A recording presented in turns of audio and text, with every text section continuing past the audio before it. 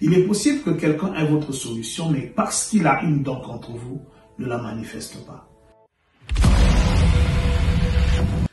Vous voulez la compassion, manifestez la compassion.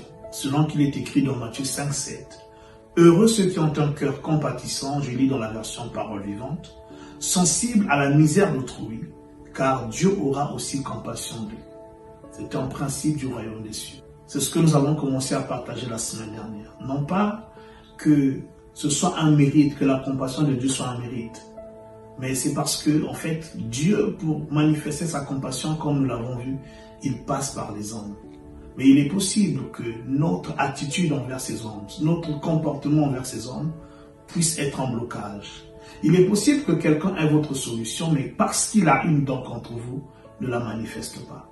Voilà pourquoi ce texte nous est donné, pour nous encourager à toujours être compatissants, afin de ne pas être nous-mêmes des bloqueurs de la compassion de Dieu qu'il veut manifester ou qu'il voudra manifester à un moment ou à un autre envers nous au travers des autres.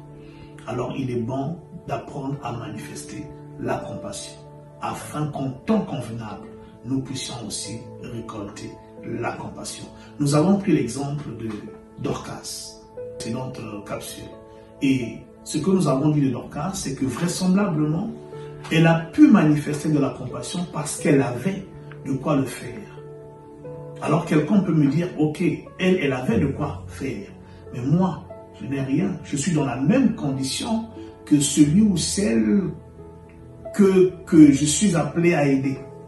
Donc, étant dans la même condition, je ne peux pas l'aider. Mais détrompons-nous, il est toujours possible d'aider même ceux qui sont dans notre propre condition. Et pour cela, nous allons lire l'histoire de Joseph. Je vais lire quelques textes. Je vous encourage à lire les chapitres 40 et 41 de Genèse pour bien comprendre cette histoire. Mais nous allons juste lire Genèse 40, du verset 5 au verset 8. Il est écrit ce qui suit. Pendant une même nuit, les chansons et le panetier du roi d'Égypte, qui étaient enfermés dans la prison, eurent tous les deux un songe, chacun le sien, pouvant recevoir une explication distincte. Joseph, étant venu le matin vers eux, les regarda et voici, ils étaient tristes. Alors il questionna les officiers de Pharaon, qui étaient avec lui dans la prison de son maître. Et il leur dit, « Pourquoi avez-vous mauvais visage aujourd'hui ?» Ils lui répondirent, « Nous avons eu un songe, et il n'y a personne pour l'expliquer. » Joseph leur dit, « N'est-ce pas à Dieu qu'appartiennent les explications? Racontez-moi donc votre songe. » Voilà l'histoire de Joseph. Il était dans la même condition qu'eux. Ils étaient prisonniers, il était prisonnier. Et ils ont fait un songe. Et ce qui les rendait tristes, c'était le fait qu'ils n'avaient pas d'explication. Joseph ne s'est pas dit, bon, nous sommes tous dans la même situation, chacun est triste pour sa raison, parce que, croyez-moi, être dans une prison, il doit y avoir une forme de tristesse. Donc Joseph aussi devait être triste, de par son histoire et de par le fait qu'il est dans la prison. Mais il ne s'est pas limité à cela. Il a voulu aider quand même ceux qui étaient dans la tristesse. Il a entendu les songes et il y a donné les explications. Et parmi les explications, il y en avait un qui devait sortir de la prison. Donc il avait quelque part la parole prophétique du salut de l'autre. Il aurait pu la bloquer. Mais il s'est dit non, je vais donner. Il a donné l'explication en espérant que cet homme se rappellerait de lui une fois dehors. 2 ans après, on l'a oublié. Mais voyez-vous, l'histoire, Dieu ne l'avait pas oublié. Dieu avait permis cela parce que plus tard, au moment opportun, cet homme devait être celui par qui Dieu devait passer pour manifester la compassion envers Joseph, puisque c'est cet homme qui parlera de Joseph à Pharaon comme étant capable de résoudre le problème que Pharaon avait à ce moment, à savoir l'explication d'un songe. Et c'est grâce à cette intervention de cet homme, 2 ans après, que Joseph sortira de la prison. Et non seulement il sortira de la prison, mais il deviendra gouverneur de l'Égypte. Donc vous voyez, le bien qu'il a fait, étant dans la même position que les prisonniers, l'a aidé plus tard. Il n'a pas attendu d'être dehors pour les aider.